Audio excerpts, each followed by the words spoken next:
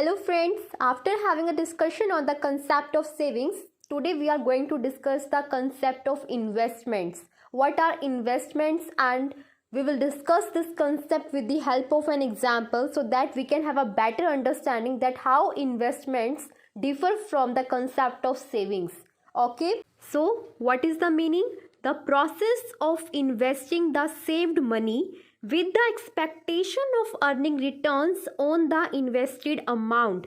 What they are saying, they are talking about majorly two terms. One is the saved money and the second one is earning returns.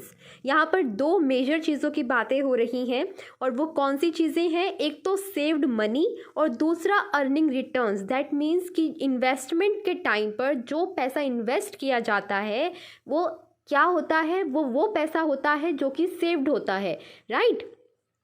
Total income में से जितना खर्च कर लिया, खर्च हो गया, जितना बचा उसे सेव्ड मनी बोलते हैं. अब वो सेव्ड मनी या तो इन्वेस्ट की जाएगी या वो अपने पास लॉकर में रख ली जाएगी और उस पर हमें कोई फ़ायदा नहीं होगा. तो अगर पर्सन उसे लॉकर में रखने की बजाय कहीं बाहर जाकर इन्वेस्ट करता है, किसी पर्सन को देता है, लैंड करता है इन एक्सचेंज ऑफ इंटरेस्ट, या किसी बैंक में इन्वेस्ट करता है वहाँ पर इंटरेस्ट अर्न करने के मोटिव से, ठीक है, तो उसे हम बोलेंगे इन्वेस्टमेंट्स. जो भी पर्सन की इनकम है उसमें से जो खर्च हो गया वो पर्सन की होती है savings. All the savings are not the investments but all the investments are the saved amounts. What is the meaning of this term? कि जो भी आपकी सेविंग्स होती हैं ज़रूरी नहीं है कि वो आपकी इन्वेस्टमेंट भी बने, क्योंकि हो सकता है जो आपने अमाउंट सेव करके रख रखी है वो आपने अपने घर में ही रखी हुई है, जिस पर आप कुछ भी अर्न नहीं कर रहे हो, उससे आपका कोई मनी डेवलप नहीं हो रही है, ठीक है. बट हो सकता है एक दूसरा पर्सन है जिसने उस पैसे को, जो उसका सेव्ड मनी था, उसने उसको बाहर इन्वेस्ट कर दिया है किसी फाइनेंशियल इंस्टीट्यूशन में जाकर, ठीक है, या किसी पब्लिक में किसी को लेंड कर दिया इन एक्सचेंज ऑफ इंटरेस्ट. तो उसे हम बोलेंगे इन्वेस्टमेंट, क्योंकि वहाँ पर पर्सन ने अपनी अमाउंट को क्या किया है, दूसरों को दिया है, और वो भी इन एक्सचेंज ऑफ इंटरेस्ट. वहाँ पर जो मोटिव है वो क्या है? मनी की वैल्यू में ग्रोथ करना, ठीक है. तो वो हमारे पास होती है इन्वेस्टमेंट. हम इसको एक एग्जाम्पल की हेल्प से भी समझ लेते हैं. एग्जाम्पल क्या है? Rahul earn the income of ₹10,000 and out of this he spends ₹8,000 on satisfying his wants.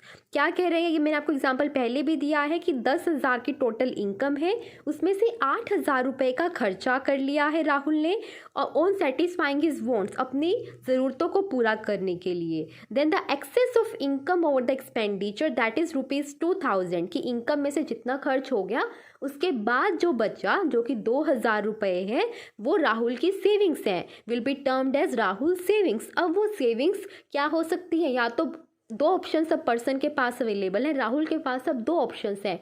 या तो वो क्या करे, उस 2,000 रुपये को अपने पास संभाल कर रख ले कि इन फ्यूचर अगर ज़रूरत पड़े तो उन पैसों को यूज़ करेगा. और दूसरा ऑप्शन है कि उस पैसे की जो अमाउंट है उसको वो ग्रो करे. ग्रो कैसे करेगा? अगर वो किसी कहीं पर उस पैसे को लगाएगा, उस पैसे को डिपॉजिट करेगा, तभी तो उसको उसके बदले इंटरेस्ट मिलेगा, ठीक है ना. अब ऑप्शंस बहुत सारे हैं मार्केट में कि इंटरेस्ट कैसे अर्न कर सकते हैं, मनी को हम कैसे ग्रो कर सकते हैं अपनी, उसके लिए बहुत सारे ऑप्शंस अवेलेबल हैं. मोस्ट कॉमन ऑप्शंस जो अवेलेबल रहते हैं वो यही रहते हैं कि हम अपने बैंक में डिपॉजिट कर सकते हैं, वहाँ पर अपना सेविंग अकाउंट ओपन करा सकते हैं, राइट, एफडी करा सकते हैं, आरडी करा सकते हैं. तो ये सारी टर्म्स हैं डिफरेंट, जिसके बारे में मैं आपको अभी डिटेल में नहीं बता रही हूँ, क्योंकि अभी सिर्फ मोटिव जो है बेसिक फंडामेंटल कंसेप्ट को क्लियर करना है, ठीक है.